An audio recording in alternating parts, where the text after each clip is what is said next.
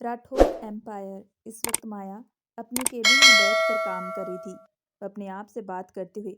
आज मेरा ऑफिस का पहला दिन है, लेकिन इस खड़ूस बॉस ने पहले दिन मुझे इतना काम दे दिया।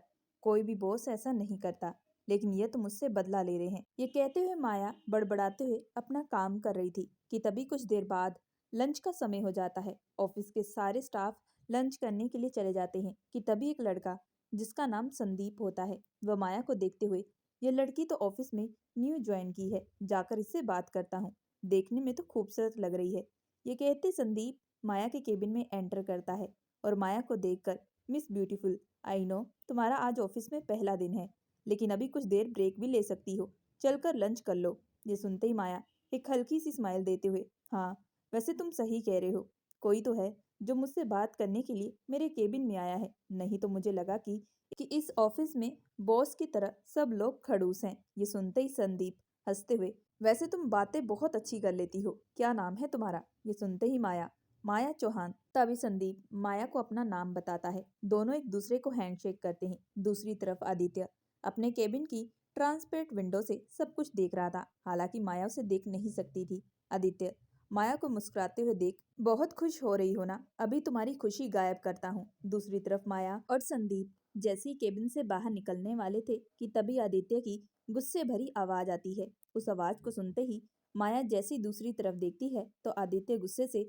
उसकी तरफ ही अपने कदम बढ़ा रहा था। ये देखकर माया अपने मन में, अब इन्हें क्या हो गया, ये मेरी तरफ क्यों आ रहे हैं? तभी आदित्य माया के पास आते हुए, मिस माया, जब तक आप अपना काम कंप्लीट ना कर ले, तब तक आप केबिन से बाहर भी नहीं निकल सकती। ये सुनते ही माया, लेकिन सर अभी तो लंच का टाइम हुआ है। ये सुनते ही आदित्य, मिस माया, काम आपने किया नहीं और आपको कुछ ही देर में भूख भी लग गई। सच में काम को लेकर आप बहुत ज्यादा लापरवाह हैं। पता नहीं कैसे आप इतने सालों से दूसरी कंपनियों में काम कर चुकी हैं। ये सुनते ही माया गुस्से से कुछ बोलने वाली थी कि तभी संदीप उसका हाथ पकड़कर उसे इशारा करता है। तभी माया अपने आप को शांत करते हुए, सॉरी सर, मैं अभी जाकर काम करती हूँ। ये कहते ही माया अपने केबिन में गुस्से से चली जाती है। केबिन में जाते ही माया खुद से बड़बड़ाते हुए, एक नंबर का बदतमीज खड़ूस बॉस है, भला अपने स्टाफ से ऐसे कौन बात करता है। ये कहते ही माया चुपचाप अपने काम में लग जाती है। माया को काम करता देख आदित्य के चेहरे पर एक शैतानी मुस्कुराहट आ जाती है। दूसरी तरफ संदीप चुपचाप वहां से जा चुका था। City hospital. इस वक्त रणविजय डॉक्टर से बात करते हुए, everything is all right doctor. तभी डॉक्टर पूजा सुनते ही, डॉक्टर पूजा, यस मिस्टर राठौर, सब कुछ ठीक है, पेशेंट को लेकर आप जा सकते हैं। कुछ मेडिसिन मैंने आपको लिख कर दी है, बस आपको पेशेंट को वो टाइम टाइम पर देनी है और ध्यान रखना है कि पेशेंट अपने दिमाग पर ज्यादा जोर न डाले, क्योंकि उनके सर पर काफी गहरी चोट लगी है। ये सुनते ही रणविजय हाँ में अपनी गर्दन हिला देता है। शाम का वक्त। राठौर एम्पायर। इस वक्त ऑफिस के सारे स्टाफ जा चुके थे, लेकिन माया अभी तक काम करी थी। आदित्य के केबिन में मैनेजर आदित्य से बात करते हुए, सर मिस माया अभी तक काम करी हैं, इतना देर तक कोई भी स्टाफ आज तक हमारे ऑफिस में नहीं रहा। वैसे भी वो जो काम करी है वो हमारे लिए इतना भी इम्पोर्टेंट नहीं है, हम चाहें तो उसे कल भी कंप्लीट करवा कर ले सकते हैं। ये सुनते ही आदित्य, आई नो त्रिपाठी जी, लेकिन इस लड़की ने मुझे बहुत परेशान किया है, थोड़ा इसे मैं परेशान कर लूं। ये सुनते ही त्रिपाठी जी कुछ नहीं बोलते। तभी आदित्य, लेकिन त्रिपाठी जी आप जा सकते हैं, मैंने आपको रुकने के लिए नहीं कहा। ये सुनते ही त्रिपाठी जी हाँ में गर्दन हिलाते हुए सीधा ऑफिस से चले जाते हैं। माया को काम करते हुए करीब अब शाम के 8 बज चुके थे। माया जैसे ही सारी फाइल उठाकर आदित्य के केबिन में जाती है तो देखती है कि आदित्य केबिन में मौजूद नहीं था। यह देखकर माया, ग्रेट, मुझे बोलते हैं कि मैं लापरवाह हूँ, बॉस होकर तो इन्हें ऑफिस में रहना चाहिए था, लगता है ये घर चले गए हैं। ये कहते हुए जैसी माया मुड़ने वाली थी कि तभी आदित्य उसके पीछे आकर खड़ा हो जाता है। यह देखकर माया घबरा जाती है और जैसी गिरने वाली थी कि तभी आदित्य माया की कमर पर अपना हाथ रखते हुए उसे ब्राइडल स्टाइल में उठा लेता है। यह देखकर माया, ये क्या कर रहे हैं, मुझे छोड़ें, आपकी हिम्मत कैसे हुई मुझे उठाने की? आप जैसे बॉस को मैं अच्छे तरीके से जानती हूँ, खूबसूरत लड़की देखी नहीं कि फायदा उठाने के लिए आ जाते हैं। ये सुनते ही आदित्य, मिस माया आप ज्यादा सोचती हैं, आप जैसी हजारों लड़कियां मेरे आसपास घूमती हैं, तो अपने दिमाग से इन घटिया बातों को निकाल दे, वो आपके लिए बेहतर होगा। आदित्य की बात सुनते ही माया, तो फिर आपने मुझे क्यों उठाया है, मुझे अभी और इसी वक्त छोड़े। तभी आदित्य अपनी गर्दन को टेढ़ा करते हुए बिना कुछ कहे माया को छोड़ देता है, जिससे कि माया जमीन पर गिर जाती है। माया अपनी कमर पर हाथ रखते हुए, ओह गॉड, बहुत पेन हो रहा है, लगता है मेरी कमर टूट चुकी है। माया को इस तरीके दर्द में तड़पता देख आदित्य, मिस माया, आपका नाटक हो चुका हो तो प्लीज उठें। ये सुनते ही माया गुस्से भरी आवाज में, भला ऐसा कोई करता है क्या? ये सुनते ही आदित्य, मिस माया, आपने ही कहा था कि मैं आपको छोड़ दूं, तो आपके कहने पर मैंने आपको छोड़ दिया, और अब आप देखो कितना नाटक कर रही हैं। आप चाहती हैं कि फिर से मैं आपको हाथ लगाऊं, क्योंकि आपको तो यही बहाना चाहिए। ये सुनते ही माया, कोई जरूरत नहीं है मेरी मदद करने की। ये कहते हुए माया फिर से उठने की कोशिश करती है, लेकिन इस वक्त उसकी पीठ पर काफी गहरी मोच आ चुकी थी, जिसे देखकर आदित्य अपने मन में, कहीं से सच में मोच तो नहीं आ चुकी? ओ गॉड, अगर ऐसा कुछ हुआ तो ये फिर से मुझे ब्लेम करेगी।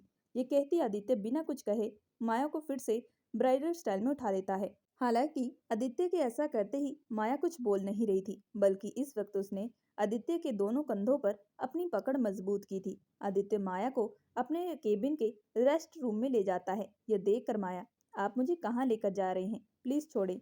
ये सुनते ही आदित्य, अगर तुमने एक और बार फिर से कहा तो मैं फिर से छोड़ दूंगा, और इस बार तुम्हारी मदद नहीं करूंगा।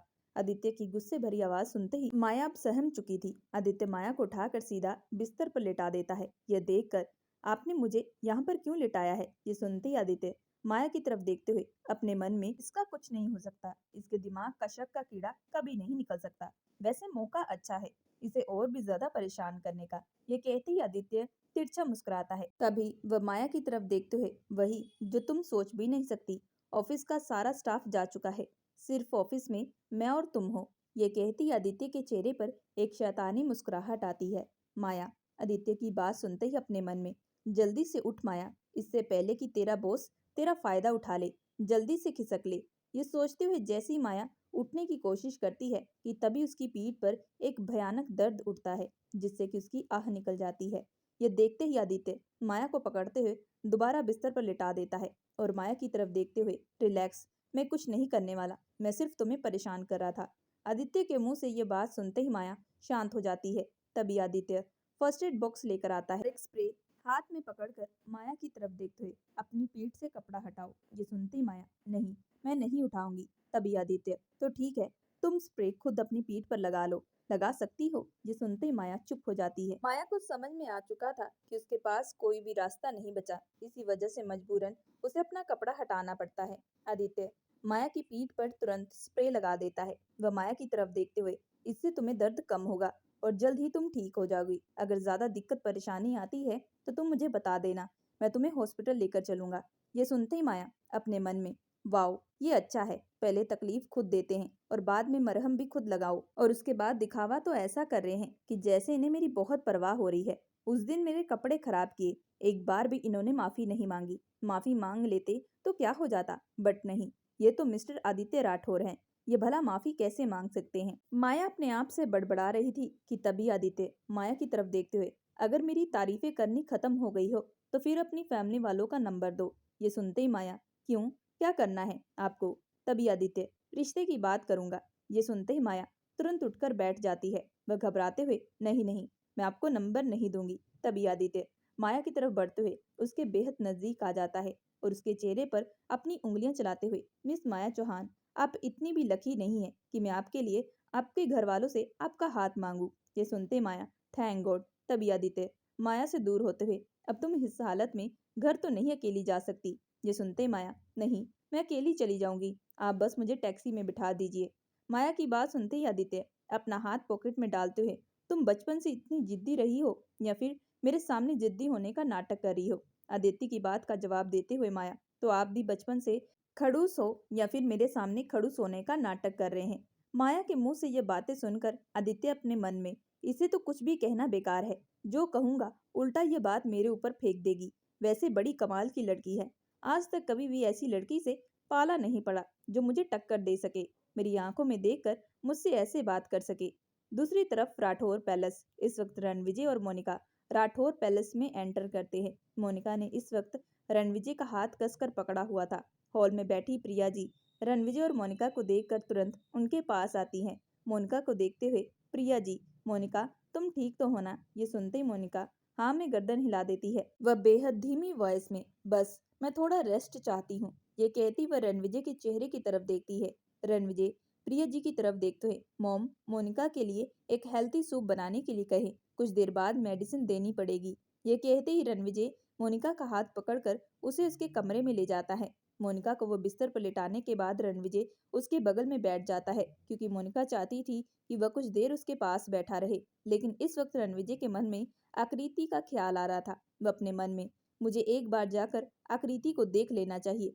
सुबह से मैंने उसे कोई कॉल नहीं की। ये सोचते हुए रणविजय मोनिका की तरफ देखते हुए, तुम अब आराम करो, मैं कुछ देर में आता हूँ। मोनिका इससे पहले रणविजय को कुछ कह पाती कि उससे पहले ही रणविजय वहां से जा चुका था। रणविजय अपने कमरे में एंटर करते हुए अपनी नजरें चारों तरफ घुमाता है तो देखता है कि इस वक्त आकृति कमरे में मौजूद नहीं थी। तभी रणविजय अपने मन में, ये यहाँ पर नहीं है तो कहाँ चली गई। ये सोचते हुए जैसे ही रणविजय बिस्तर के बगल में जाता है तो वह देखता है कि वहां पर एक लेटर पड़ा हुआ था।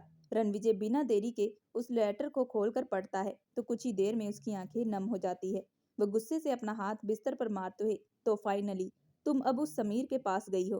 तुम्हें यही कुछ करके तो खुशी मिल रही थी, मेरे पास तो तुम खुश नहीं थी। ये कहते ही रणविजय अपना सर पर हाथ रख लेता है। इस वक्त रणविजय को बेहद गुस्सा आ रहा था, क्योंकि आकृति ने लेटर में साफ लिखा था कि अब वह उस घर को छोड़कर हमेशा के लिए जा रही है और इस बार उसे ढूंढने की वह कोशिश ना करे। जिसे पढ़ने के बाद रणविजय गुस्से से नाइट स्टैंड पर पड़ा लैंप उठाकर जमीन पर फेंक देता है। रणविजय गुस्से भरी आवाज में, आज तक तुम कभी भी मुझे समझ नहीं पाई, लेकिन समझती भी कैसे जब तुम्हारे दिल और दिमाग में कोई और है। ये कहते ही रणविजय गुस्से से अपना हाथ दीवार पर मारता है। दूसरी तरफ प्रिया जी रणविजय के कमरे में आवाज सुनते ही तुरंत उसके कमरे में एंटर करती है और कमरे का माहौल देखकर वह बेहद धीमी आवाज में, जी बेटा, क्या हुआ है? आखिर तुम ये सब क्यों कर रहे हो? लेकिन इस वक्त रणविजय प्रिया जी की बातों का कोई जवाब नहीं दे रहा था कि तभी प्रिया जी की नजर बिस्तर पर पड़े एक लेटर पर जाती है और वह तुरंत जैसे ही जाकर पढ़ती हैं तो यह देखकर उनकी आंखें बड़ी हो जाती है। वह रणविजय के पास आते हुए, लेकिन आकृति तो शाम को यहीं पर थी, मैं उसके कमरे में उसे देखने के लिए आई थी, तब तक तो वो सही थी और ऐसा कुछ उसने मुझे कहा भी नहीं, लेकिन यह कदम वो उठाएगी मैंने सोचा भी नहीं था। तभी प्रिया जी रणविजय के चेहरे की तरफ देखते हुए, लेकिन बेटा, आखिर बात क्या है जो आकृति ने ऐसा कदम उठाया?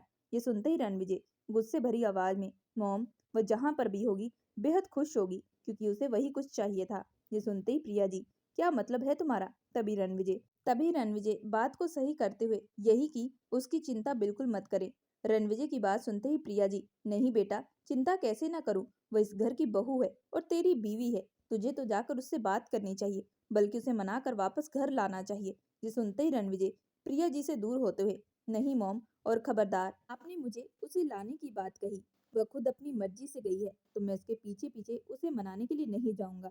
ये कहते हुए रणविजय रूम से बाहर चला जाता है। दूसरी तरफ आदित्य की कार में इस वक्त आदित्य कार ड्राइव कर रहा था और उसके बगल में माया बैठी हुई थी। माया अपने मन में, मैंने कहा भी था कि मैं खुद से चली जाऊंगी, लेकिन यह तो मेरे पीछे पड़ चुके हैं, अब ये मुझे घर तक छोड़कर आएंगे। माया अपने मन में ये सब सोच रही थी कि तभी उसके फोन पर आकृति की कॉल आती है। हालांकि माया ने आकृति के नंबर पर मेरी जान नाम लिखकर नंबर सेव किया था, जिसे देखकर आदित्य, ओ, तो इसका मतलब है इसका बॉयफ्रेंड फोन कर रहा है, लेकिन इसने तो कहा था कि ये अकेली रहती है, वैसे झूठ तो बोलेगी ही, शक्ल से कितनी चालाक नजर आती है। तभी आदित्य माया की तरफ देखते हुए, उठा लो, तुम्हारे बॉयफ्रेंड का फोन आ रहा है। ये सुनते ही माया, बॉयफ्रेंड? कौन सा बॉयफ्रेंड? तभी आदित्य फोन की तरफ इशारा करते हुए, यह देखकर माया, ओ, तो इस नाम को पढ़कर इन्हें लग रहा है कि ये मेरा बॉयफ्रेंड है, चलो अच्छी बात है, सोचते रहे, खैर मुझे क्या। तभी माया अपना फोन कान के दूसरी तरफ लगाते हुए वॉल्यूम कम कर देती है और धीमी सी आवाज में, हाँ बोलो। तभी दूसरी तरफ से आकृति, कहाँ है तू, अभी तक आई क्यों नहीं? ये सुनते ही माया, ओ स्वीट हार्ट, मैं रास्ते में हूँ, मैं बस आधे घंटे तक पहुंच जाऊंगी। ये कहते ही माया तुरंत फोन कट कर देती है। दूसरी तरफ आकृति ये सुनते ही, आज ये मुझसे इस तरीके से बात क्यों करी है, जैसे मैं इसकी दोस्त नहीं बल्कि कुछ और हूँ। खैर मुझे क्या। ये कहते ही आकृति सोफे पर जाकर बैठ जाती है। इस वक्त आकृति माया के अपार्टमेंट में थी। राठौर पैलेस से निकलने के बाद आकृति सीधा माया के अपार्टमेंट में चली गई थी। आकृति अपने फोन की तरफ देखते हुए, अब तक तो ये घर पर पहुंच चुके होंगे और इन्हें पता चल चुका होगा कि मैं घर छोड़कर जा चुकी हूँ, लेकिन अभी तक इन्होंने मुझे कोई कॉल भी नहीं की। वैसे करेंगे भी क्यों, इन्हें तो मोनिका के साथ रहना अच्छा ज्यादा लगता है। ये कहते ही आकृति की आंखों से एक कतरा आंसू बह जाता है।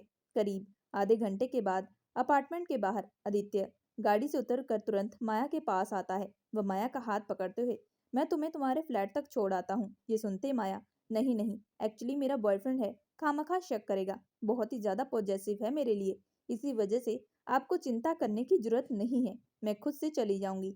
ये कहते हुए माया धीरे धीरे अपने कदम बढ़ाते हुए अपार्टमेंट में चली जाती है। दूसरी तरफ आदित्य उसे जाता हुआ देख अपने मन में, तुम जैसी काली बिल्ली का कोई बॉयफ्रेंड भी हो सकता है, आई कांट बिलीव। कहते ही आदित्य तुरंत अपनी गाड़ी में बैठकर वहां से चला जाता है। फ्लैट पर पहुंचते ही माया आकृति को देखते हुए, वेलकम मिसेस आकृति राठौर, आपका ये मेरे छोटे से फ्लैट में स्वागत है। ये सुनते ही आकृति, अब तू आते ही स्टार्ट हो गई, ऐसे मत बोल, मैं ऐसे बहुत परेशान हूँ। आकृति की बात सुनते ही माया धीरे धीरे चलते हुए आकृति की तरफ आ रही थी। ये देख कर आकृति, क्या हुआ है तुझे, तू ऐसे क्यों चल रही है? आकृति की बात का जवाब देते हुए माया, क्या बताऊं, किस्मत ही खराब है। ऑफिस का पहला दिन था और मेरा खड़ूस बॉस, जिसने आज कोई कसर नहीं छोड़ी मुझे परेशान करने की। तभी माया आकृति को आज सुबह से उसके साथ जो जो हुआ था बस सब कुछ बता देती है।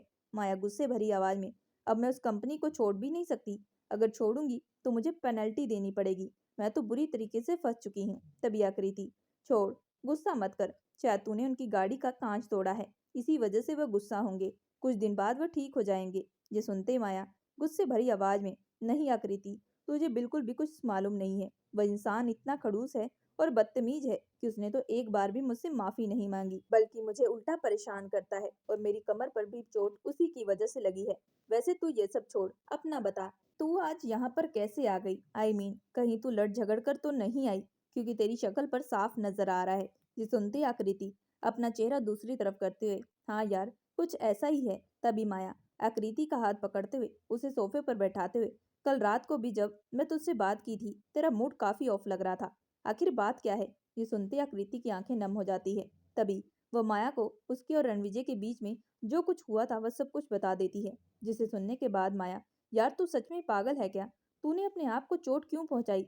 सबसे बड़ी गलती तो तूने यह की। अगर रणविजय इस रिश्ते को नहीं समझ पा रहा तो तू भी कहाँ समझ पा रही है? तुझे फेस टू फेस रणविजय से बात करनी चाहिए। ये सुनते आकृति, तू दोस्त मेरी है या फिर रणविजय की? उसकी तरफदारी किए जा रही है। अगर तूने खबरदार उसके बारे में एक और बात की तो मैं तेरे घर से चली जाऊंगी। ये सुनते ही माया, ओके ओके रिलैक्स, मैं कुछ इस टॉपिक पर बात नहीं करूंगी जब तक तू ना चाहेगी।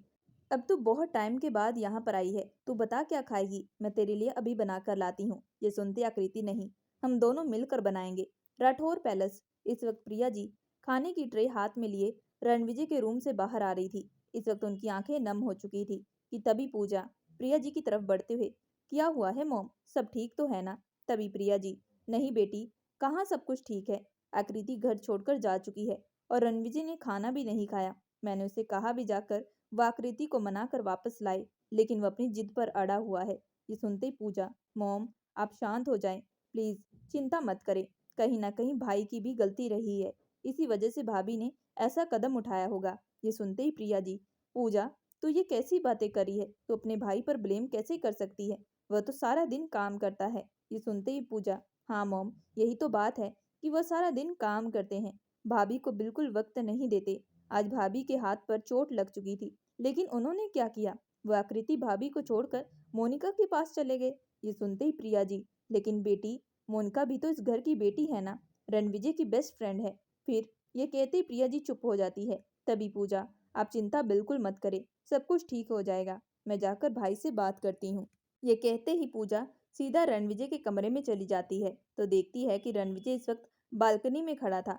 पूजा रणविजय के बगल में जाकर, भाई, पूजा की आवाज सुनते ही रणविजय जैसे ही दूसरी तरफ देखता है तो पूजा को देखते हुए, क्या हुआ है, सब कुछ ठीक तो है ना, कहीं कोई चीज की जरूरत तो नहीं? ये सुनते ही पूजा, नहीं भाई, मैं यहाँ पर अपने लिए नहीं बल्कि आपके बारे में बात करने आई हूँ, आई मीन आप भाभी को लेकर आए। ये सुनते ही रणविजय, अगर पूजा तुम इस बारे में बात करने आई हो तो तुम चली जाओ, मैं इस टॉपिक पर कोई बात नहीं करना चाहता। तभी पूजा रणविजय के सामने आकर, कब तक भागते रहेंगे भाई, आप खुद ही भाभी को इतना हर्ट करते हैं। आज जो उनके साथ हुआ उस समय उन्हें आपकी जरूरत थी, लेकिन आप उन्हें छोड़कर चले गए। आपको पता भी है आपके जाने के बाद वो कितना रोई थी, मैंने उनके आंसू देखे थे। ये सुनते ही रणविजय पूजा की तरफ देखते हुए, मेरे जाने के बाद तुम्हारी उससे बात हुई थी? तभी पूजा, हाँ भाई, बल्कि जब भाभी इस घर से जा रही थी तब भी मैंने उन्हें देखा था, उनकी आंखों में आंसू थे।